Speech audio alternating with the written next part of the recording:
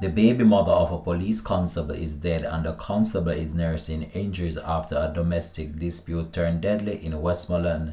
Hi again and welcome. This is Links 007 TV News Report and we'll be right back with the full details to come. Welcome to Links 007 TV News Report, providing you with the best in local and international news updates. This is a place where you can get the most reliable and informative news information. Links 007 TV News Report. Welcome back and thanks for joining us. This is Links 007 TV News Report. A woman is dead and her ex-boyfriend, who is a police constable, was injured during a domestic dispute between the duo in Musemere housing scheme in Little London, Westmoreland on Thursday night. The deceased has been identified as 38-year-old cosmetologist Janice Francis of Musemere housing scheme. The injured constable was shot in his left palm during the incident and has been hospitalized in stable condition.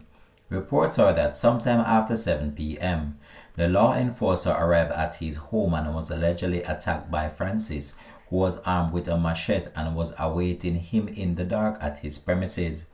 Further reports are that the policeman drew his service pistol and a tussle ensued between them, during which Francis was shot 3 times and the officer was shot in his palm.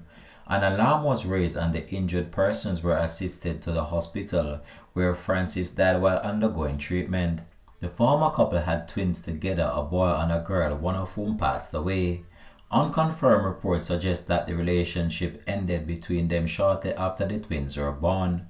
However, residents claim that the woman subsequently became confrontational with the policeman's new girlfriend, which subsequently became confrontational with the policeman and his new common-law wife.